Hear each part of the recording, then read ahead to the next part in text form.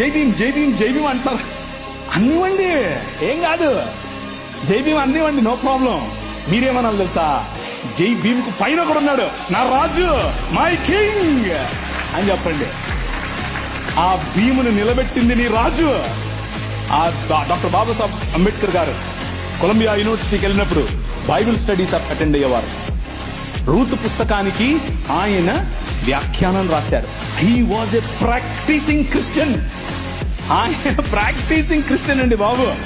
ఆయన ఒకరోజు 3 లక్షల మందితో కలిసి నేను బాప్తిజం తీసుకుంటాను అని చెప్పి ముందుకొచ్చి ఫోన్ మన మెథడిస్ట్ సంఘంలో ఉన్నటువంటి బిషప్ గారికి చెప్తే, బిషప్ గారు దానికి కావలసినటువంటి పనులన్నీ, వసతులన్నీ ఏర్పాటు చేసుకునే క్రమంలో నెహ్రూ గారు ఫోన్ చేశారు.